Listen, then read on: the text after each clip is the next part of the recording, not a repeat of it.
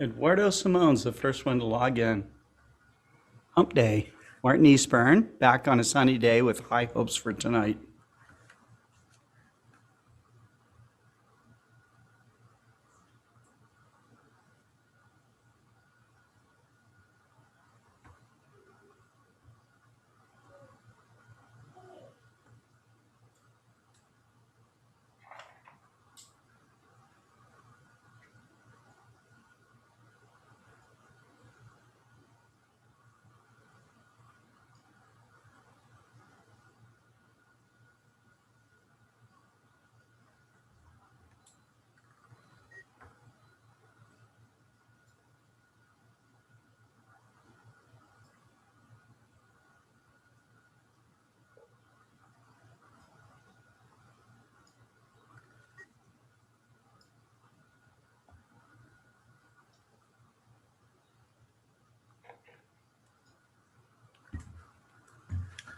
Scott, the timer's not running. We can fix that. I didn't know if the countdown was working or not.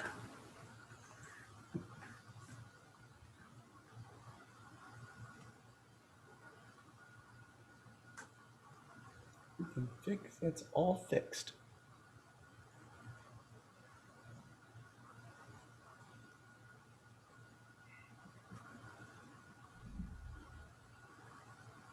So Annie, did you enjoy having lunch with John Johnson today? Yes, I absolutely loved it. I was telling Ken it's so neat to meet new people and hear their life stories and what all they have and stuff. So it's really cool. Mm-hmm. It's really cool. I like it a Yeah. lot.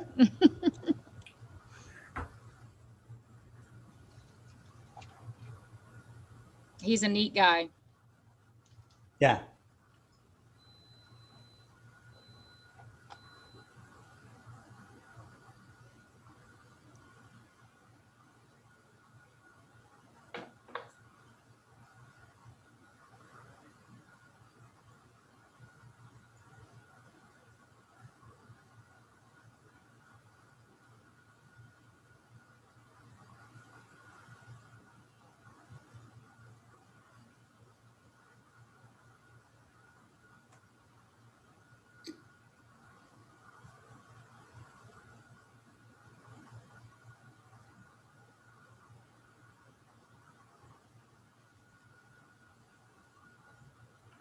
Hmm.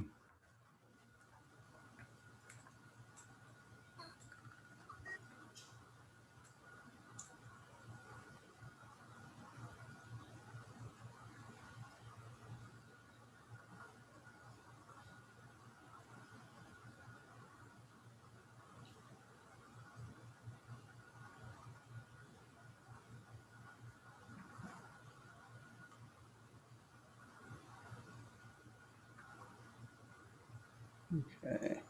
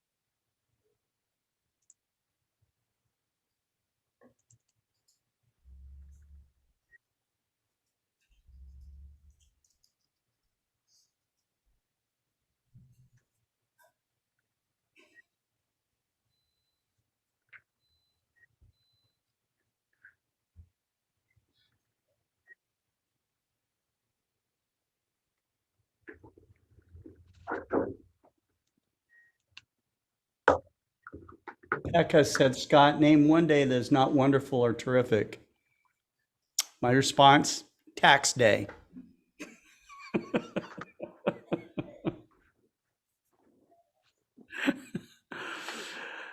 Scott, I started to build a prototype of the solar projection stick today. Oh, good.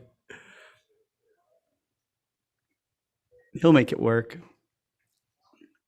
Mike Wiesner, another smoky day from Arizona wildfires. 2 fires have merged and total over 200,000 acres burned. Many evacuations, still 70 miles from me. Man, I hope it gets nowhere close. Richard Grace is here. Howdy, everybody. Bergman Scooter.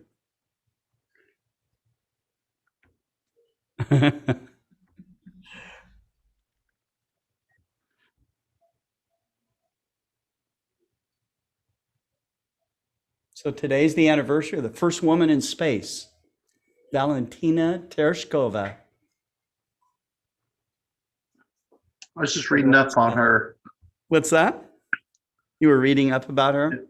She was the daughter of a farmer who had become a amateur skydiver just for adventure. I see. And they put out a call for women who were a certain height and weight, and they had to be skydivers. And and she had started as a hobby, I guess. Right. Very cool. So yeah, I guess they had to know how to skydive out of a spacecraft if something was not quite right. So she graduated from Light Industrial Technical School in 1960. And I wonder if she landed by skydiving. Making her first jump, I believe she did, yes. It talks about For me, the most memorable moments were when I piloted the spacecraft manually. Just knowing that such a complicated machine actually obeyed feminine hands made me happy for womankind. It proved that they can be equal with men, not only on Earth, but in space as well.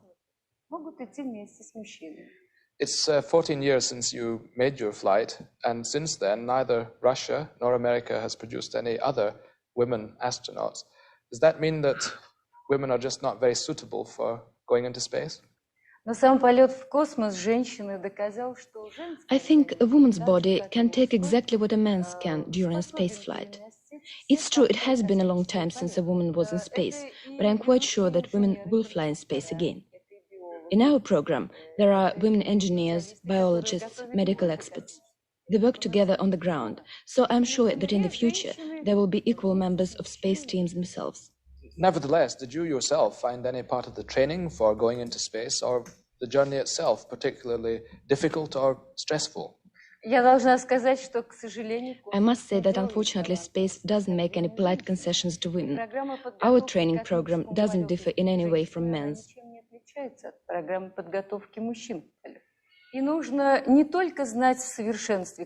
The training itself is very difficult.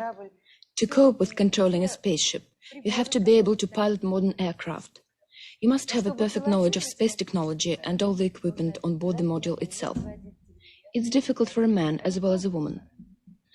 We cosmonauts have to train for such a long time, and one gets so used to the idea of going into space that the flight itself is a comparatively easy job. But it does require great physical effort and a lot of knowledge.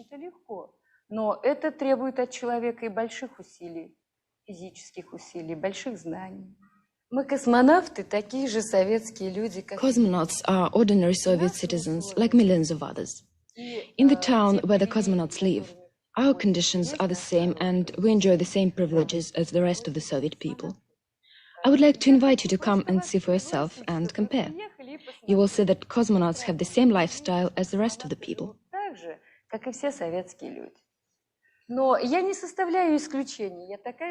I am no exception. As I said, I'm an ordinary Soviet woman, like a million others, and I enjoy all the care from the state that a woman at work in our country receives. As you know, a lot of attention is paid to creating the right conditions for a woman to successfully combine her duties as a mother with work. I am no exception. When you're in space, it takes only an hour and a half to circle the Earth. When one is flying around the Earth and admiring all its beauty, one wants to tell the people living on our planet, that blue and shining object as it appears from space, to do everything possible to preserve its beauty. Peace is of paramount importance, not just for us, but for all the people on our planet.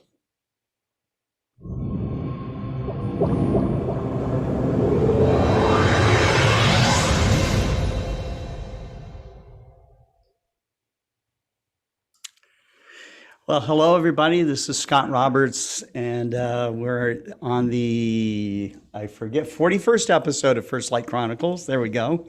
And I've got Annie Scarbrough with me and Kent Marts. And so last night we had a terrific global star party. It was our 50th one. Wow,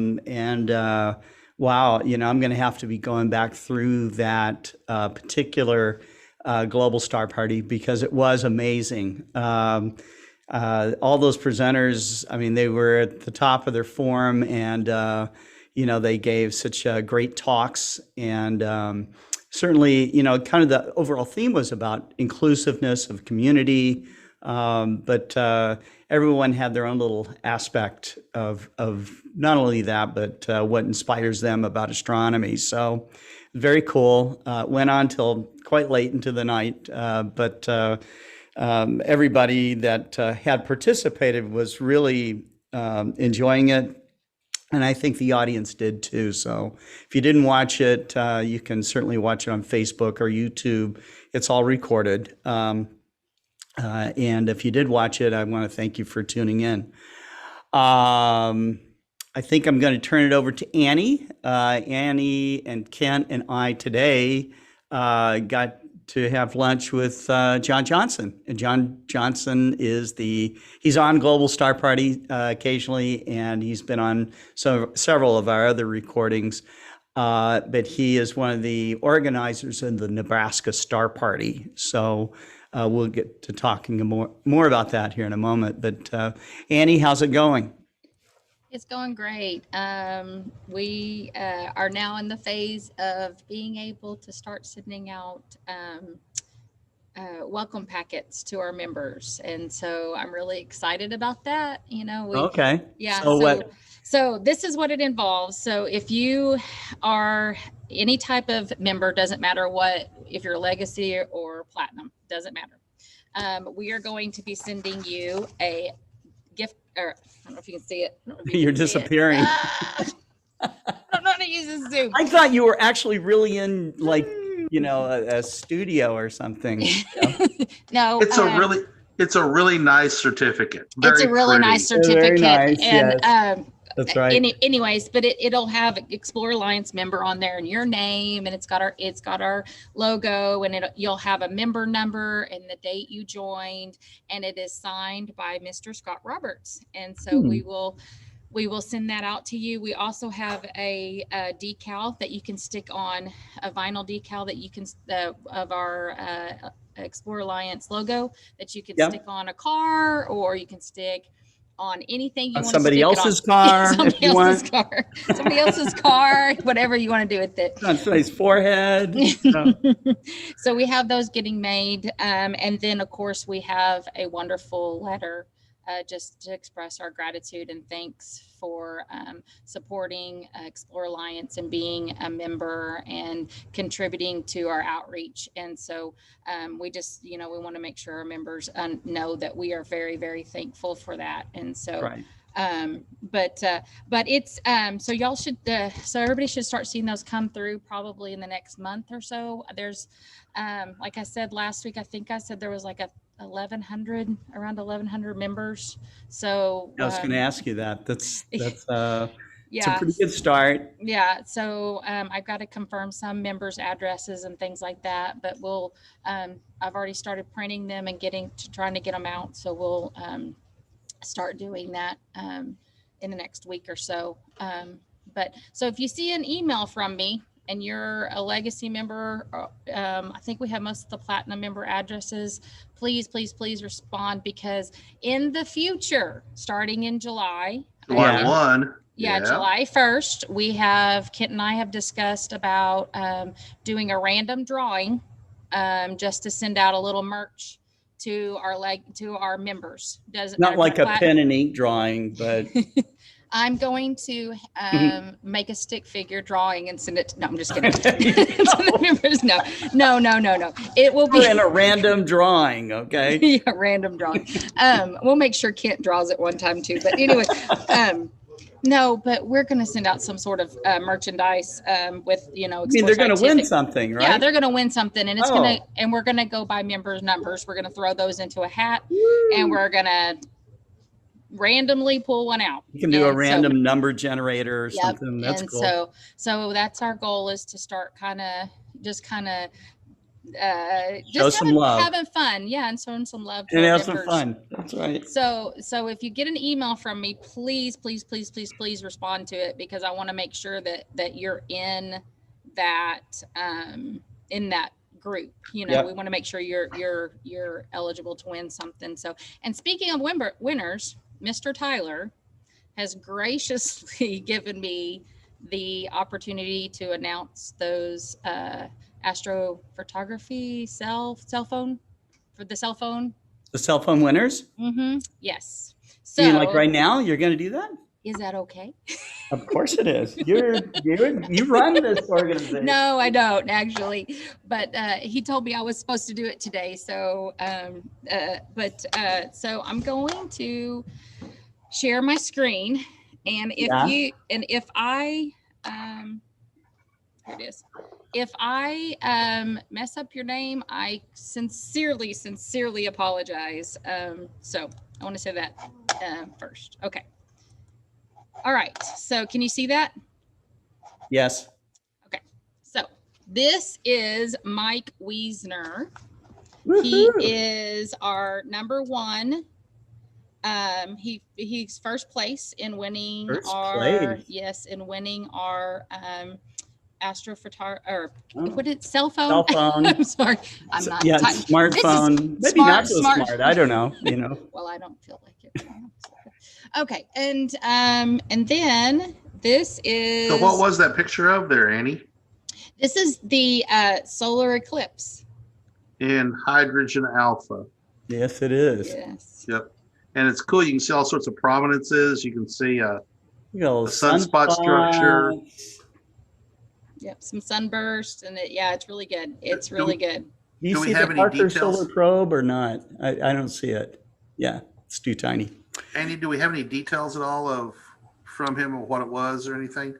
He's watching right now. Mike, tell us more.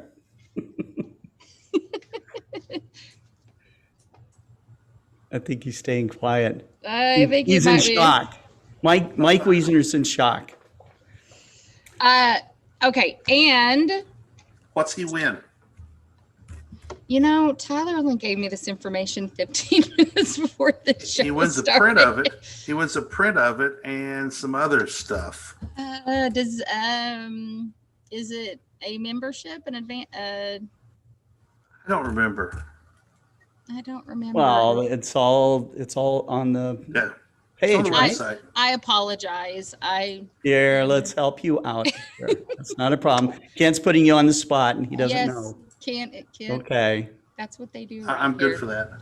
Yeah. Very much. Let's see. Okay, so the smartphone astrophotography contest. First place winner receives a $75 Explore Scientific gift card and an upgrade to their EA membership if applicable, and an 18 by 24 mounted print of their winning image. Pretty cool. That's cool. All right. Okay. And now you're going to do the second place. The second place is Andrew Corkhill. Andrew Corkhill. And this yeah, is he loves the moon. I know he does. So beautiful. Absolutely gorgeous. Yeah. The second place winners receives a $50 Explore Scientific gift card, an upgrade to their EA membership, and an 18 by 24 mounted print. So if you go out and look at the moon tonight, it's going to be effectively this Terminator, somewhere close to this. We were looking at the moon a little while ago with the giant binoculars, and very similar to this is what it's going to look like tonight. So Mike Wiesner writes that that image from before was with a Coronado PST, which is an H-alpha telescope, an iPhone, and it's the partial phase solar eclipse. So there you go. Yep. Okay, and the third place winner is Pekka Hatula. Altala. Wow, this guy just Altala. can't stop winning. He won. He won. The greatest recognition ever in Stockholm, Sweden, for his beautiful lunar image, first quarter moon. And now we've got the sun here. This is really cool. And third place winner will receive a $25 Explore Scientific gift card upgrade to their membership, and an 18 by 24 mounted print of the winning image. So, Pekka, you're no longer, because you won this, you're no longer a legacy member. You're going to be a platinum member. There was a couple of questions about who would get those certificates and everything.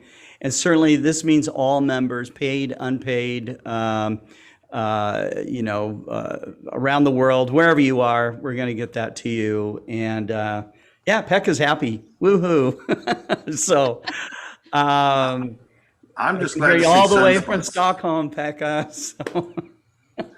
I'm just glad to see sunspots coming back finally. Yeah. Yeah. Oh, yeah. Blight That's sun not for dust. 5 years. Not dust on the sensor. It doesn't look like it. No, it's not. It's a nice little It's probably a sunspot. sunspot. It probably But is. the last 4 years has just been a dearth of sunspots, and finally there's going to be more and more sunspots to look at. They're getting great. It's good for us astronomers because we can look at things in the daylight. So Yep. So you all get one, and yeah, that's cool. Yep. And Was that obviously, the only 3 images there? We'd like Yeah. to see the others. well, there was about a little over 60 images that were submitted, and I do not have those. Tyler has them.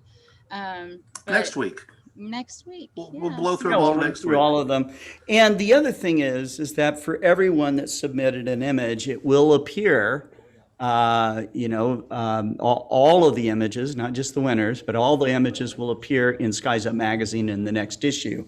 So we'll let you know when that happens, and you're going to want to definitely download that issue as well.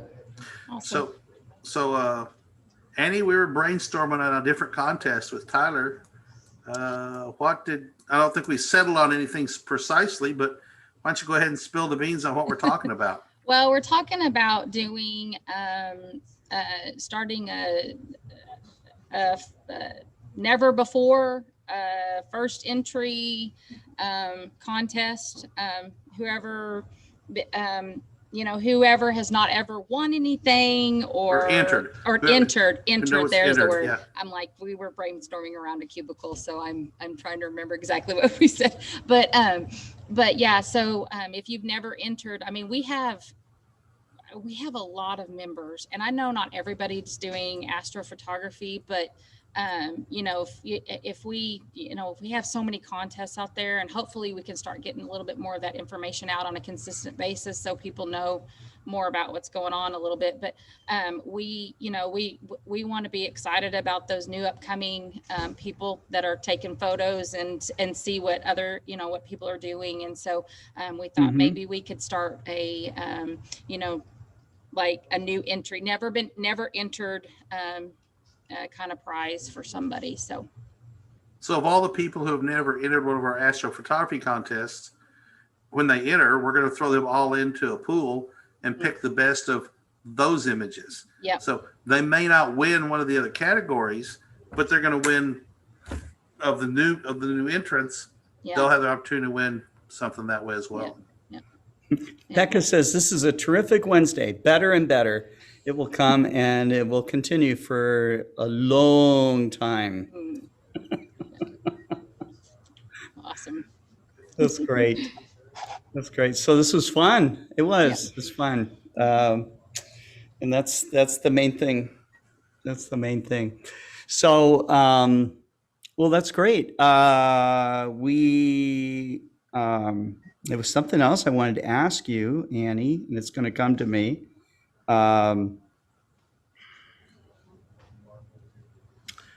John Johnson, the Nebraska Star Party. You got to meet him, learn more about what John's all about.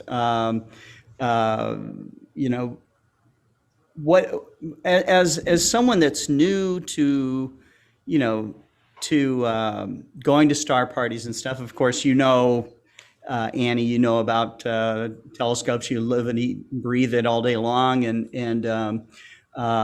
you're really interacting a lot with the members. But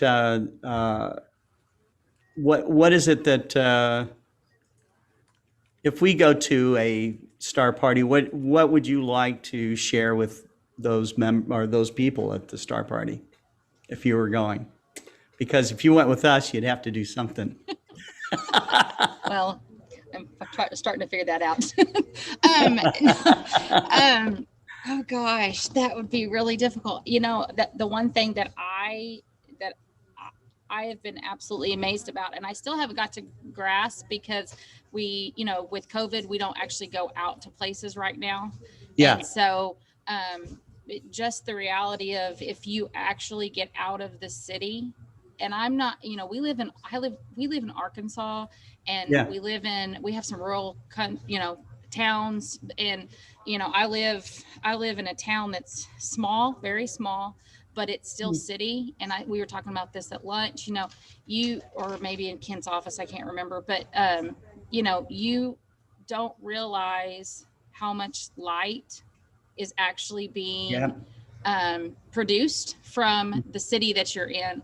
Mhm. And you will never understand the concept until you go to a dark place. And like I said, I haven't been to one yet, so I'm sure I'm going to be Yeah, because we were talking absolutely about it. enamored. That's Yeah. true. And so, you know, I think if more people would do that, they would understand that the sky is so beautiful. It is so beautiful, and it has more to offer than just the minuscule little stars that you see, the tiny amount of stars that you see in a city. And so, you know, that would be something I think that would spark an interest in somebody, if you could just get them out to a star party in a dark area and make them understand that concept, that no, there's more to the sky than, you know, what you're seeing inside of, like, us as Northwest Arkansas. So there's more to it than that. And so, that's what that's the first thing I would probably try to explain to somebody. So Okay. All try to right. show them. Good. But yeah.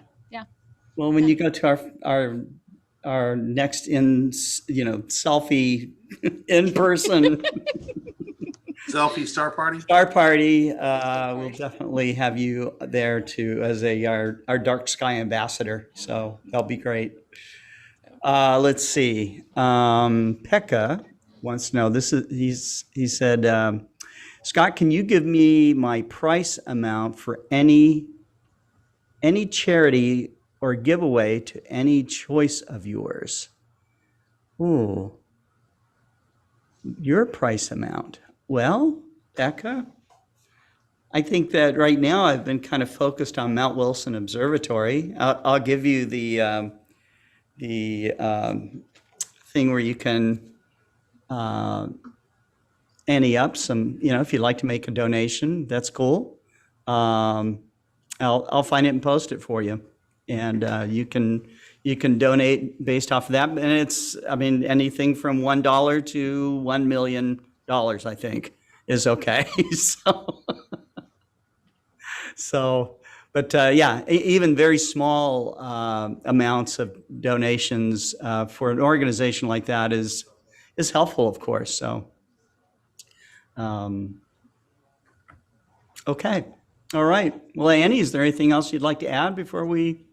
I was noticing that Mike Wiesner was asking if ambassadors are going to get the welcome kit on Facebook. And yes, if you at any point in time in the past have had any sort of legacy membership or platinum membership, and you have one, if you're on Groups ISO, you're a legacy member. So all those Groups ISO members, anybody that has signed up on our website, everybody is going to get a welcome packet. Everybody's going to get a welcome packet. So, we want to, like I said, we want to show our love and gratitude to our members for being here with us. So, Absolutely. That's good. Okay. Sounds good. All right, Kent. Well, let's put you on the stage here. So, all right. So first, you showed the video of Valentina Tereskova. So Yeah. I slightly remember, but I did some quick research, and they picked picking female skydivers is seems like a pretty, like, huh? Why not female pilots or somebody? Well, the Vostok program required the pilots, the occupants, to jettison 4 miles or eject from the capsule 4 miles above the ground and parachute to the ground. Thus, the reason for needing people who are skydive qualified. And she had made a number of skydives. And she was in Vostok 6. The Vostok 5 and 6 went up a couple of days apart. And Vostok 5 had a man and a woman in it. And Vostok 6 just had her, making her the youngest woman to ever fly in space, as well as the only woman to ever fly in space alone. And typically that will never happen again because it's bulks of people going up. So she'll probably always hold that record. And at one point, the capsules came within 5 kilometers of each other.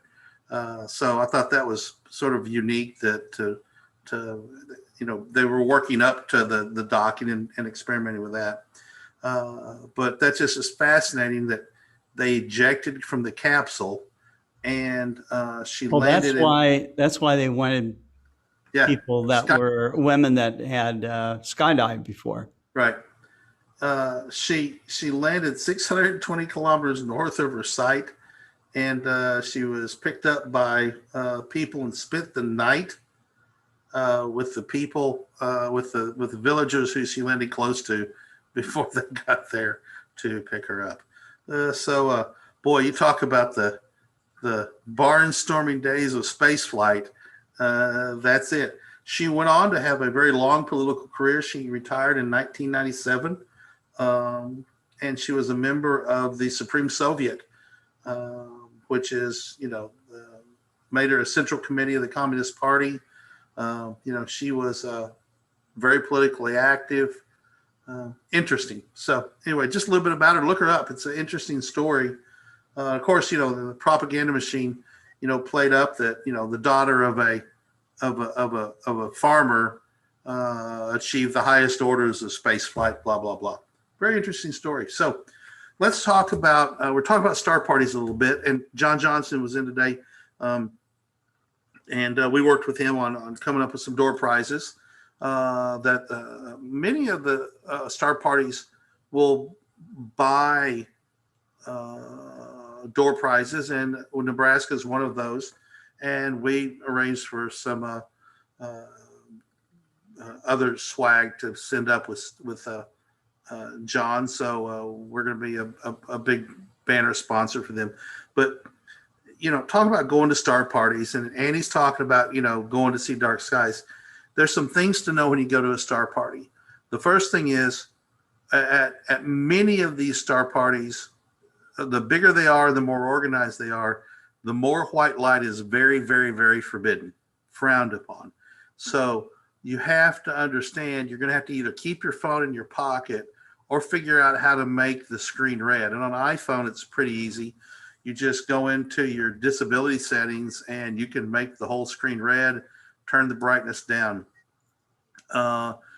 If you have, people worry about walking in the dark, and amazingly your eye is a very great thing. If you just relax and chill out and don't use any white light while the sun goes down, you amazingly can see the ground to walk pretty well. You can make a red light flashlight, red being the color to use because it does not affect your night vision, by taking just any flashlight and going to your local big box retailer and buying a bag of red balloons and just stretching that red balloon over the end of your flashlight. And you instantly have a great red flashlight to use to read your papers or, walk around or whatever. Star party people are welcoming. You don't just walk up and grab their telescope and start using it. Ask. They'll almost always let you use it or explain what they're doing at least. And for the astrophotographers, they'll show you their gear and how it's working. And for the visual people, they'll show you the night sky wonders. And be respectful. Don't touch the telescope unless they tell you to. Clearly, no running around. And Yeah, if you got you kids, ask before you look. yeah, ask before you Usually look. it's not that you want to manhandle the telescope so much as that you'd like to look and see what's in the eyepiece or something. And Right. and And people always want to grab the eyepiece, because they want to. You hold binoculars, they want to hold the eyepiece, but you do that, it makes the telescope shake. And so you don't hold the eyepiece. You just look into the eyepiece and let the tripod hold the telescope up. If you're going to someplace, many of these star parties are in very remote areas, and so you're probably going to go spend 2, 3, 4, 5, 6, 7 days. Early August in Nebraska can be very hot. Back, I don't know, in 2005 or something like that, at Nebraska Star Party, a heat wave happened, a heat spike, and you could feel it getting hotter over the course of about 4 hours. Now, I think it got up to like 114 or 116 degrees. It was crazy hot. Oh, yeah. And it stayed there for about 3 hours, and then you felt it start coming back down again. It was crazy. So you've got to be prepared. It's in a state park. There's water. There's no electricity. So you got to be prepared for the conditions where you're going. Yeah. But you always want to bring water for your yourself own water and some food for yourself. Yep. You want to check things like Ken said, you're going to a really remote area. So it may not be a bad idea just to have your car checked out if you're taking a long road trip, you say check out, that makes me think of checklists. When you're going to that kind of distance, you need to build a checklist of everything you want to take and include literally everything. Scott, you have seen star parties where people show up without the medication they need to live. Oh my God. Oh yeah. I've seen them do everything. I've seen them show up at, like for instance, in the deserts of California, they think they're going, it's going to be hot and, they're just going to be in their t-shirt and shorts the entire time. And then the sun drops below the horizon and the temperature in the desert sinks. Okay. And it can get actually very cold, so it's something that you want to address both for, of course, for your comfort, but you want to be prepared for hot or cold. Be prepared for rain. It's probably going to rain. If you go out without a raincoat or you have your telescope set up without a waterproof cover over it and a sudden storm comes up, your telescope's going to get wet. So you need to have a tarp or a desert shield. There's all sorts of brand names out there for stuff. But you want to check as you put things into your vehicle, check them off that list. Eyepieces, extra batteries, cell phone charger, medicines, whatever it is you need, build a complete checklist because, it's luckily at Nebraska Star Party, you've got, Valentine, Nebraska, 30 miles away. If you go out to the Okie-Tex Star Party out in the panhandle of Oklahoma, almost to Colorado, like a mile from Colorado, there's nothing out there. I mean, that's an understatement. There's nothing out there. And that's why it's so dark. There's two things out there, Scott. Diddley and Squat. Oh, yeah. And there's some dinosaur tracks out there, too, though. That's right. I've never been out there. I'm hoping to make it out there at some point, maybe this year, maybe a private trip, but go out there. But, you've got a city over in Colorado, but you can't just run to the local big box store and get what you need. You're going to be on a world hurt. But, go with an open mind. When the sun goes down, and this is advice John told me, we were at lunch and he told me he gives this advice. The first night when the sun went down at Nebraska Star Party, I was looking up the sky and I was lost. I know the constellations, I know stars. I could not find the constellations because there were so many stars. And I literally just sat there for a whole night in a chair and finally started using binoculars and looking around. But it took me one night to get acclimated to what was up there and being able to see the forest for the trees. It was overwhelming almost, because it's easy to see the constellations when there's light pollution. because all those other background stars are just gone. You can't see them. Mm-hmm. But when there's no light pollution, millions of stars, uncounted numbers of stars, staggering what's up there. It just, so go prepared to be shocked. And it's a hard concept. And if you live in the city and have never gotten outside of the city, and by outside, I mean a long ways off, you're in for a shock about what's up there. It's staggeringly beautiful, amazing to see that cosmos up in the sky. So Tyler and I were using the new bino viewers Monday night, fighting some clouds. The moon was spectacular. Ring Nebula looked great. We were looking for M101, and surface brightness of the sky was just too bright. We just couldn't find it, and we were right there on it. I was doing it visually with no map or anything. I can track it down off the Big Dipper pretty easily. It just wasn't there, and go and enjoy yourself. You need to go to a good star party, get out to a dark site. Well, let's talk about some of the safety things. Now, I just shared Absolutely. a link to the AAA car insurance thing, but how to prepare your car for summer travel. Okay, and I think these are good tips for winter travel too. But of course, they want you to check your tires and your tire pressure. So you want to make sure that you have enough tread, on your tires, that, if you have a car that's been sitting for a while and the tires themselves have been sitting for a long time, you might want to look at them just to make sure that the sidewalls are in good shape, so that's something that you do need to check. Yeah. You don't, Scott, I call those tires Maypops. Because they may pop. Yeah. That's right. Listen to and feel the brakes, so if you hear your brakes squealing or whatever, that might be something to check out. Secure and test the battery. Okay, a lot of people maybe have never checked their battery to make sure that the connections are good. I'm going to add to that. I would say that you also need to bring a set of jumper cables. Okay, I've seen people go to remote star parties and their battery's dead and no one has any jumpers. So you're ending up calling like a park ranger or some sort of road service thing. And the further away you are, the a little bit more difficult this gets. It says top off the engine oil and other fluids. You want to check all that stuff. Replace the wiper blades and replenish the windshield cleaner. That's a good idea.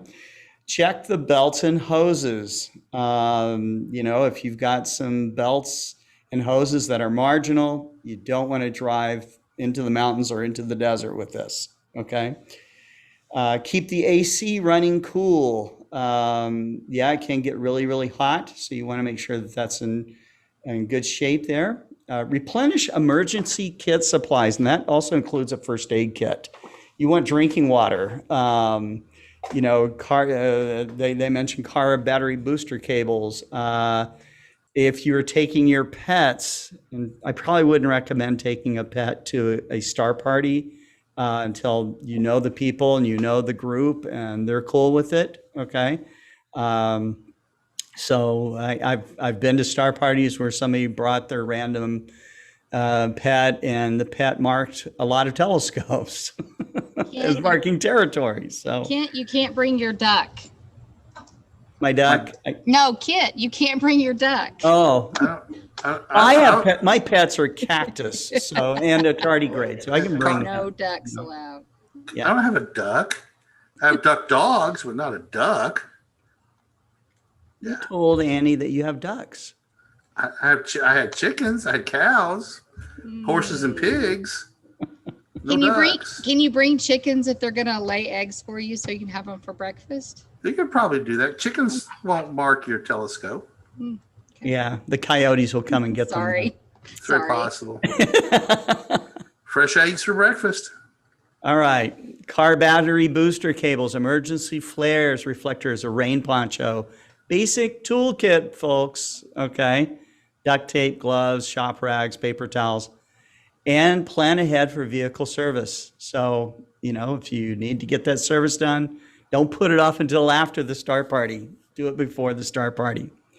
And then what do you need, Kent? How do you prepare your telescope before you leave for a star party? What do you do? Just check it over to make sure everything's tight and secure.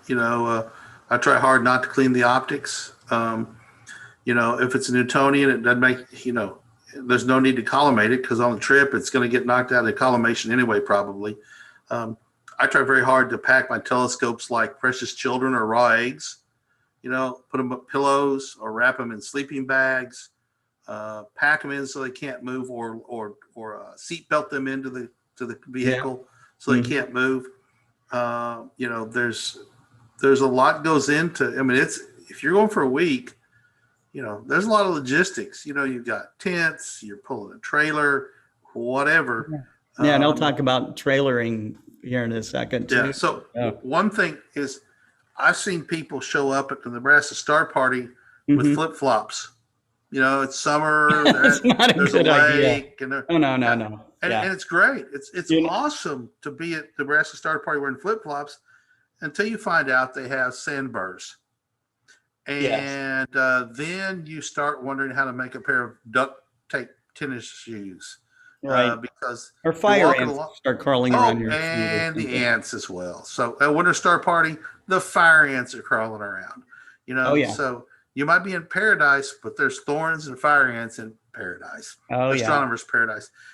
And wearing flip-flops where there's sandburrs that are toe high, it's very painful very quickly, and people very quickly start finding other pairs of shoes.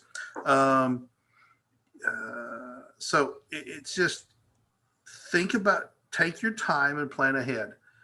Pack well, pack on top like any other trip. Pack on top the things you're going to need first. Yep.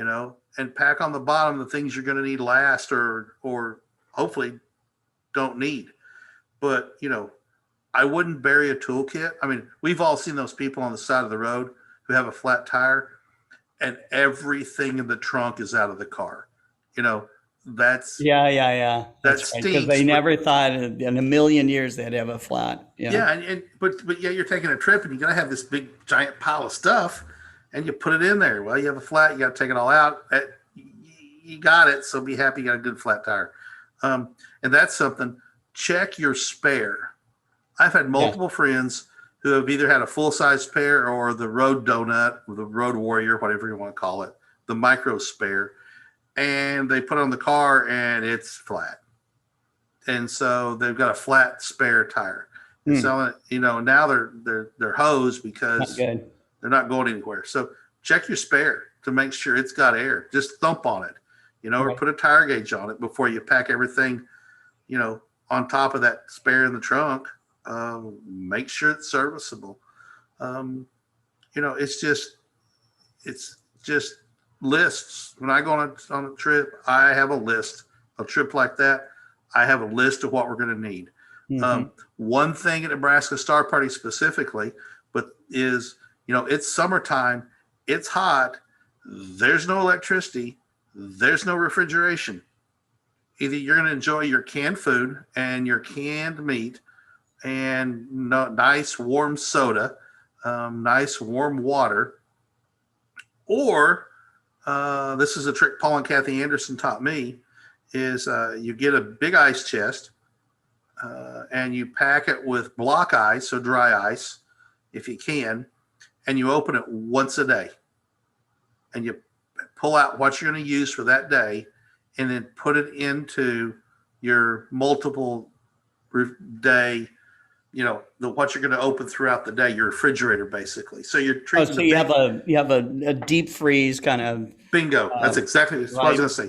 You have one that's like a deep freeze that you. Dry ice would work real well for that. Yeah. But you open it, you pull out what you're going to need, and you shut it again as quick as you can, and don't open it again. The other one is the stuff that's keeping your food cold that day.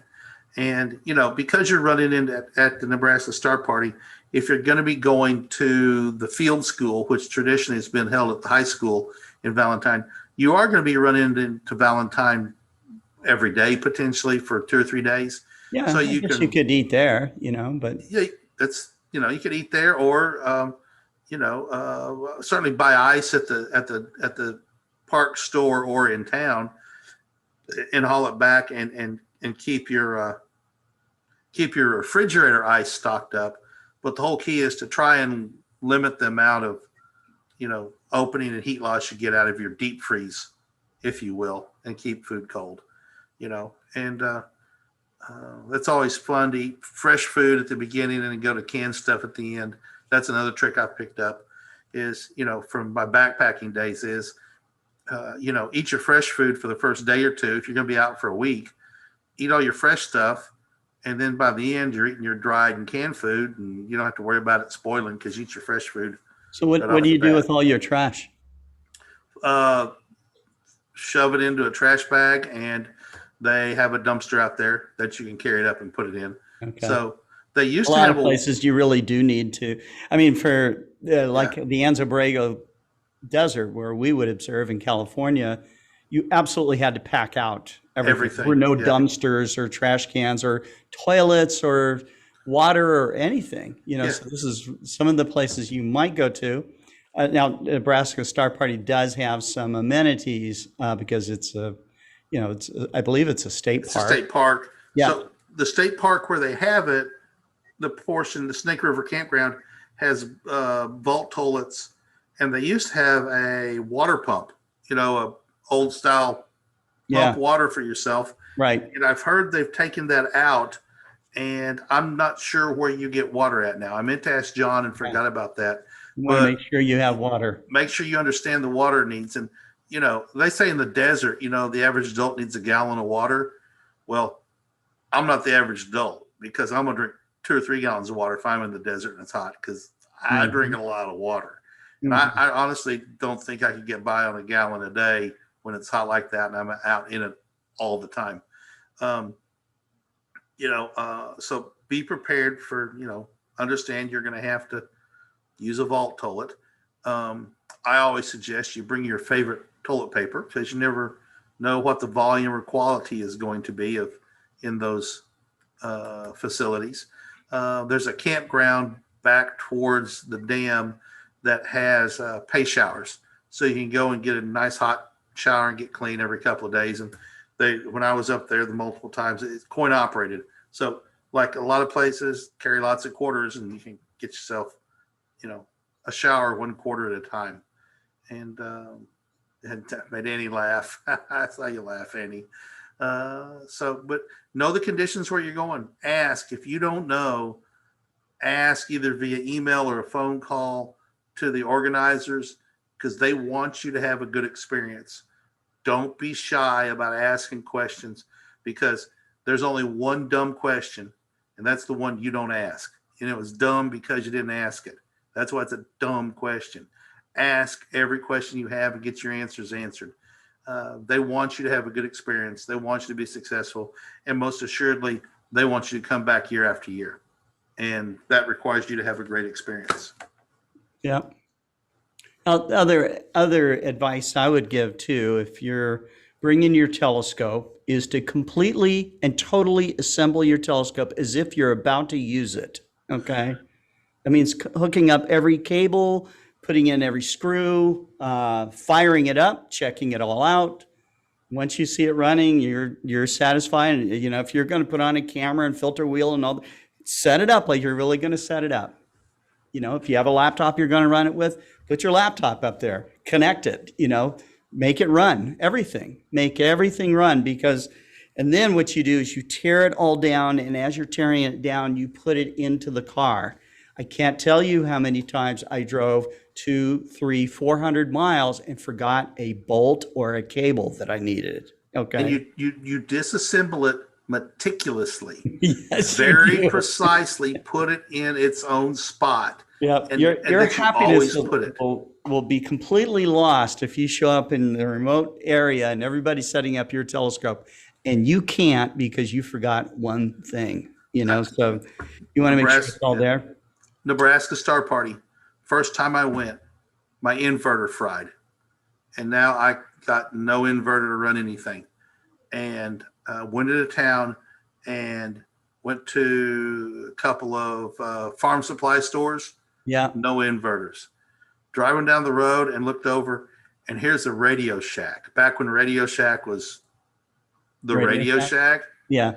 Walked in, and they had a plug-in inverter and a prong adapter, so I could hook it up to a 12-volt battery and plug it in. It's just a little wall socket thing, smaller than my fist. I still have it. It still works, and was just overjoyed. But I got lucky, because it was the only one in town.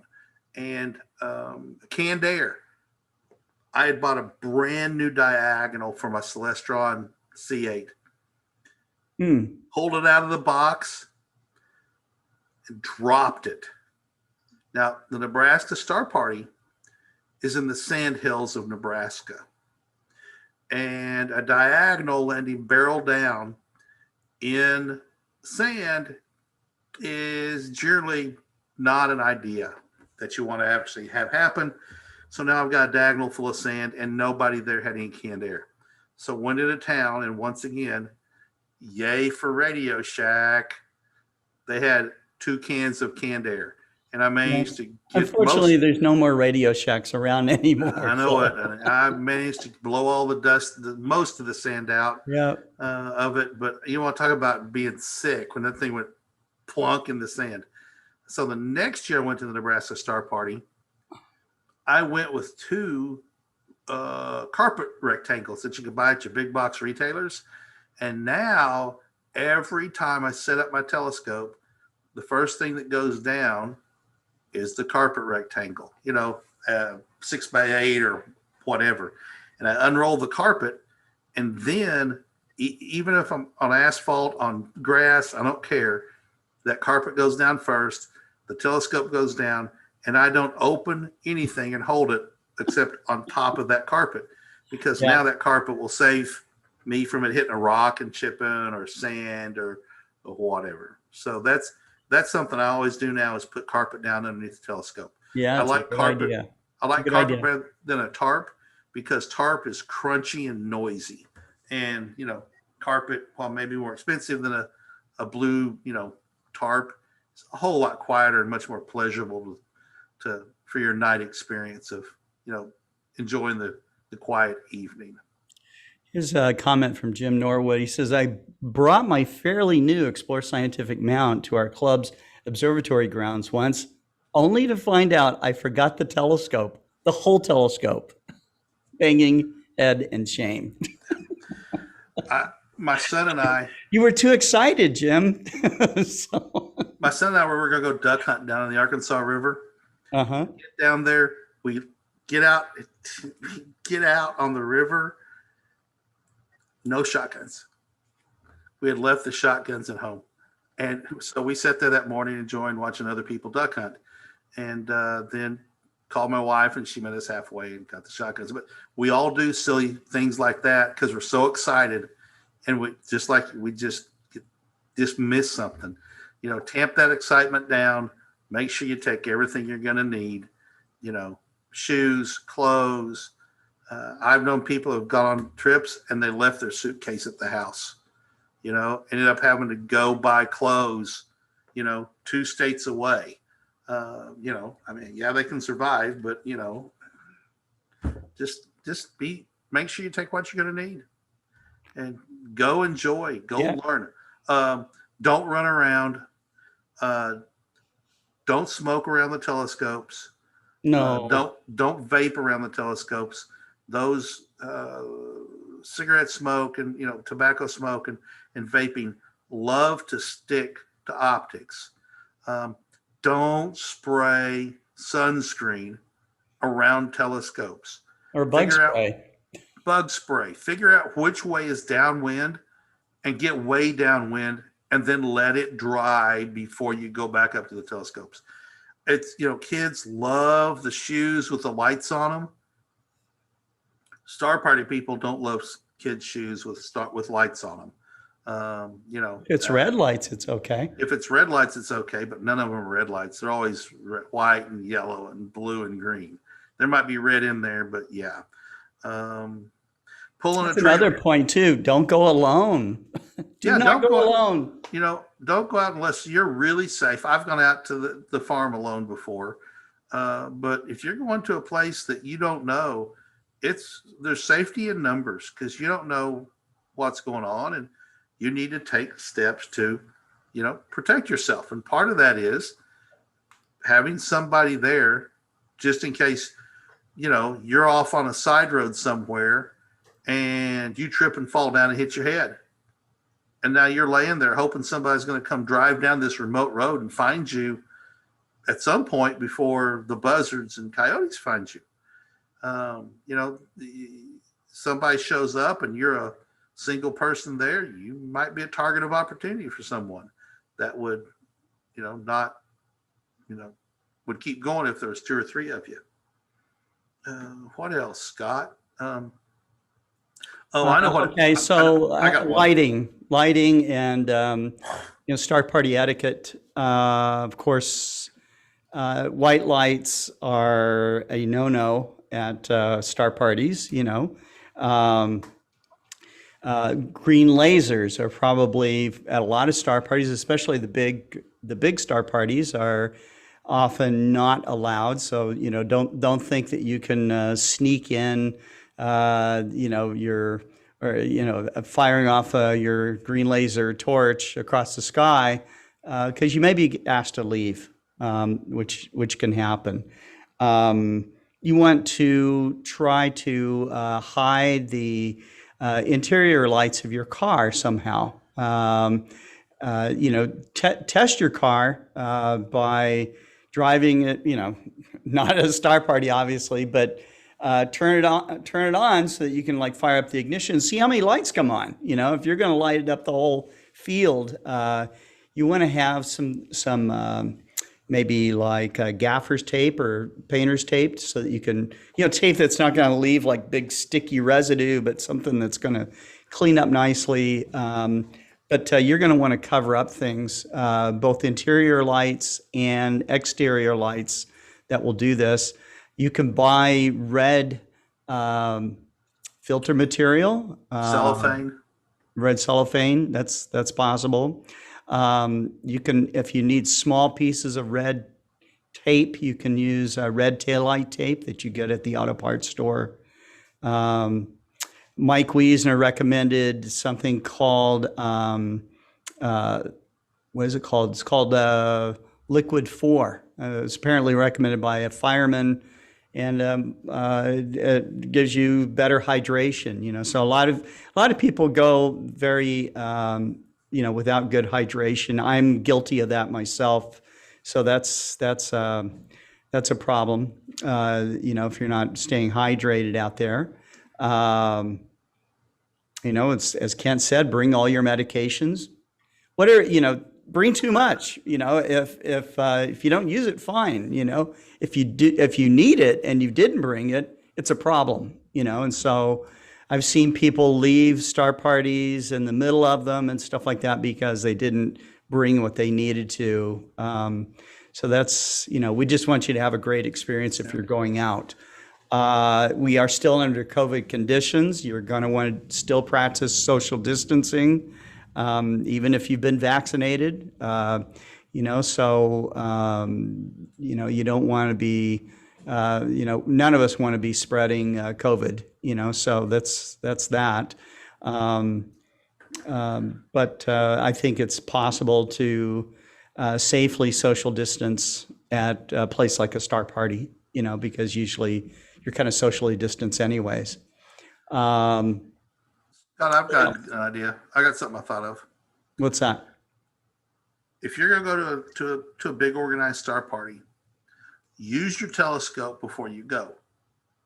Don't show up. And I recommended that. Yeah. Look it all up. I mean, and use it. Use it ahead of time. Even if you just find the moon and a bright star or something. Yeah, right. Use Is it way out of collimation? Is it, does it need some servicing? You want to find that out before you go.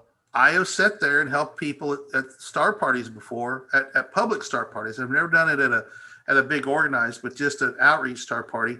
They'll Mhm. show up with a telescope and they can't get it to work and they don't know anything about it. And I've got 100 people and 12 telescopes set up, and we got people at telescopes 2-3 hours. And I just tell them, you're going to stick around till we break down and we'll help you. And then somebody, unless we have somebody that's free, they'll go help them. But, try to use your telescope and become familiar with how to set it up and how to use it before you go. Have a commitment to be able to use your telescope, and don't just show up with a telescope in a box Yeah. if you can avoid it. In one way, it's kind of a burden. Other people are going to be there and will help you. Okay. That almost always happens. That's the great part about going out with the community, but don't expect it. Okay. Because they're there, with their valuable time too. And they want to have a great time. They don't want to spend it all with you, fixing your telescope.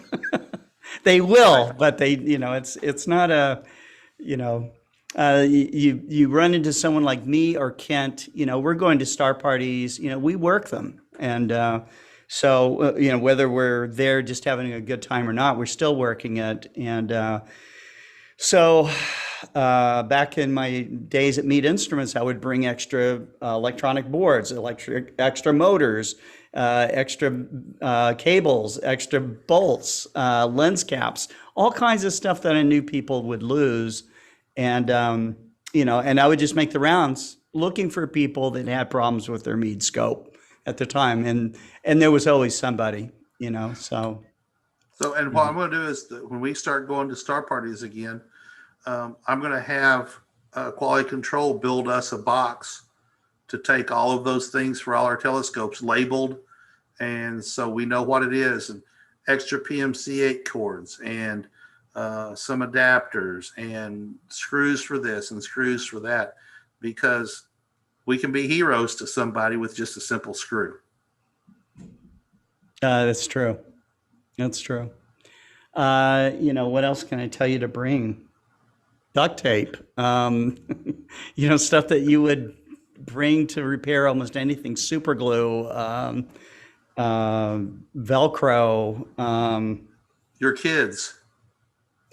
Yeah, it's great to bring your kids, but they need to be as prepared as you are. Yes. So Yes.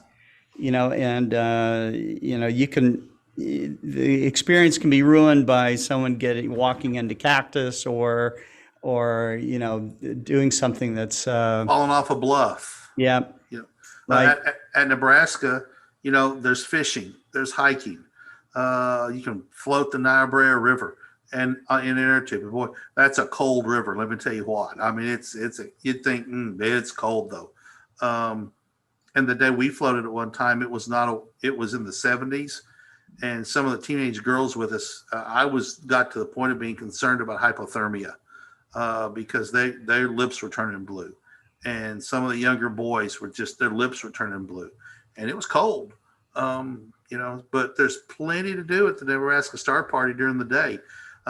We took a day trip up to Mount Rushmore. And we looked at the forecast and say, okay, it's going to be cloudy this night, so we're going to go to bed early, get up early, get up to Mount Rushmore, and then come back in time for the viewing. There's experience the culture. If because you're going out to West Texas or Okie-Tex, go see, was it Capulan? There's a volcano out there. It's not Capulan, but there's a volcano out there. You can see dinosaur tracks. There's a state park, Black Mesa. There's all sorts of things to do out there. There's hiking trails. Go experience, the high desert. Find the beauty out there. Yep. Yep, and visit your national parks for sure. And state parks. You found a beautiful state park on the last time you went out there. What was it? Not where? To Okie-Tex. Okie-Tex? Boiling Springs. Is it Boiling Springs? Sorry? It's Boiling Springs State Boiling Park. Springs, yeah, it was beautiful. That's true. Yeah. And just happened up on it, and beautiful little state park it looks like. Right. What else was I looking for? There are things like these GPS trackers for cars that you know, if you're going to go into a remote area, um, and you can, some of them actually have SMS, you know, so you can text, because sometimes you get out so far that, you know, AT&T is not going to pick up anything, Verizon won't pick up anything, you know. Spot. Yeah. It's a PBL, a personal locator beacon. And some of them you can text messages through the satellite and things like Yeah. that. That's probably a good idea. And in fact, I have not myself used one, but when I start going out to these star parties again, I will. I'm going to get one. Let's see. Because AAA won't go out and pick you up in some of these places. So it's like too darn remote. And so you want to get something pretty cool. I think it's something called, I think, a spot is a $100 at Cabela's. I was just looking it up. Here's a spot Generation 4 Cabela's. I know scout troops who have used them, and I followed them, you know, on the journey up to boundary waters in Canada. And you could go look, and it sends a ping out every 30 minutes showing where they are. And so you could see what lake they were on and all sorts. It was very cool to follow that scout troop on their journeys. But $100 at Bass Pro Cabela's. Yeah, $100 will give you a lot of peace of mind.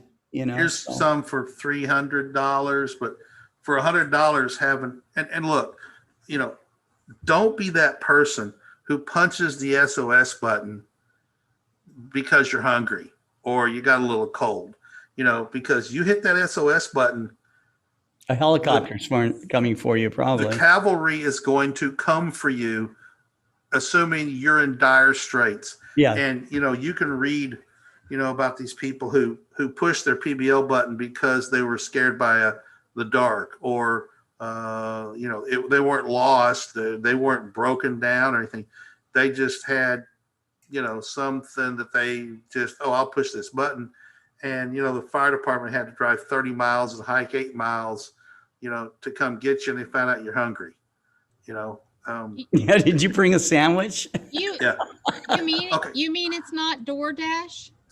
Oh, it's not DoorDash. Or you didn't get the right kind of mustard for your sandwich, you know. So you know, Walmart. It's not Walmart delivery then.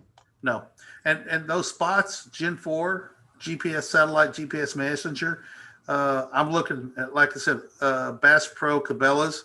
No association with them other than I shop there. On sale for $99, normally $149. I may be going to go buy one tonight, you know, since we have a Bass Pro Shop here. Yeah. Yeah. Okay. So, you know, I know that we missed some stuff and that there's other great ideas, but think along the lines of just being really, really prepared with your gear. Bring backup if you can. If you have electronics, I've mentioned this before, but when I did the total eclipse from Mauna Kea in Hawaii, we had no chance to get stuff delivered to us in time to replace any electronic item, and that included batteries, cables, electronic components. You know, back then I had separate drive correctors and all the rest of it. They required us to bring 3 layers of backup beyond your telescope. So I had like 4 of everything, okay? And I ended up having to use one of them. So that's, you know, especially for a total eclipse type of thing where it's once in a lifetime, no chance to do anything. And sometimes it's a surprise that you find out that you got something wrong right at the, you know, at the most inopportune moment. But I do recommend, if you're going to travel a long ways, you're going to be out for a week or so, it does not hurt you to have some layers of backup of batteries, cables, that kind of thing. If you can, you know, if your telescope system allows it, like the PMC-8 box, the silver box, for example. You know, I haven't had one fail on me in the field, but I carry one with me anyways, you know, so it's just, it's habit, and it makes it, you're much better off if you have it versus don't have it. Most people don't do that, though. They bring their one telescope, their one of everything, their one jacket, their one, and they don't have backups of anything, and it becomes a problem. Um, any other suggestions? Be prepared. Yeah. Look at the weather and think, okay, if a thunderstorm comes up, what am I going to do? Or if you're out in the fall or early winter and you're up high enough where it can snow, think about what happens if it snows, right? If they miss the forecast and it snows on me. Same thing for every star party. Ask yourself the what ifs and just be prepared. Be prepared. Yeah. Great. And I'm going to go buy a spot tonight. Yeah. So you're going to get one? Yeah. I'm going to go buy one. Okay. So anyways, you're prepared. You're going to have a great time. I also recommend that you bring your binoculars. You bring your red flashlights. You bring an extra red flashlight. Bring a zero gravity chair. Those are nice, and you can lay out under the stars, off the ground, and not worry about critters climbing up on you. And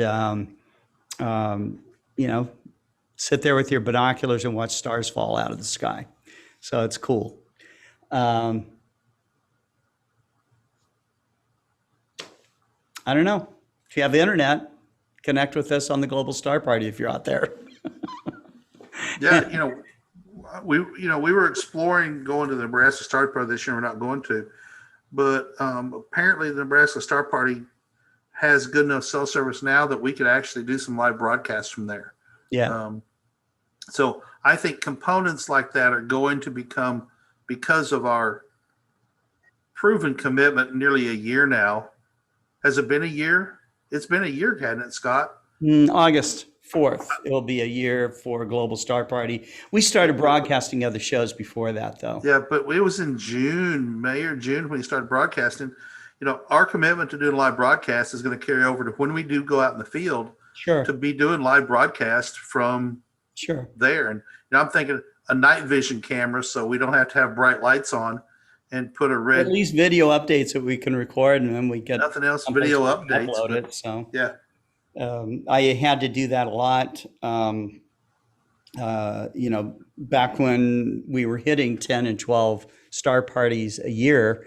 I don't think that we'll be doing that going forward, but we are going to hit several major events, and we have major events planned of our own. So it's going to be a lot of fun, and we just want you to be safe. We want you to have the best experience possible. So a lot of times too, with all your preparation, you might find that you are in fact going to be helping somebody else because they just flat out didn't prepare for anything. So, and I think that's it. Anything else you guys would like to add for today's program? No? Have fun. Be curious. Have fun. I will say that normally we would have Cameron for Camstronomy on today, but he is taking today off, and we'll be back next Wednesday. And we have tomorrow. Kent Marts and Dan George will be on our new program On the Wing, which is about birding, and so that's going to be cool. We will have the Open Go-To Community Live coming on. Tonight we have our program, which is 7 Months of Science with Caitlin Ahrens. So that'll be on at 7:00. And I think that's it. She had a really interesting interview with a gentleman who spent months in a Mars type habitat, trying to learn, they're trying to learn how to keep people colonized on Mars for extended periods. And so we have to practice here. And so it was pretty interesting. You know, I'm sure today's program will be just as interesting. And I think that's all I have to add today. Finished? Finito? Sounds like we're done. Is that the end? Abri, I think that's all, folks. So, Yeah. all right. Okay. Well, thanks very much, everybody. Thanks to the audience. Congratulations to the winners. And, you know, we got a lot more planned for you going forward, as always. And so keep looking up and tune back in at 7 Central for 7 Months of Science. Take care. Everybody. Bye.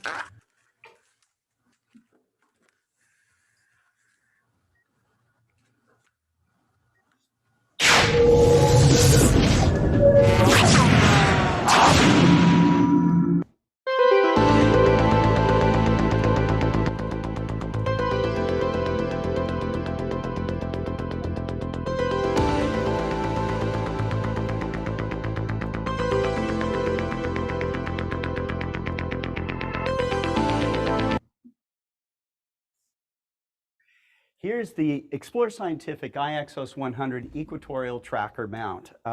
We've got it mounted up here with a digital SLR that's got the dovetail plate here.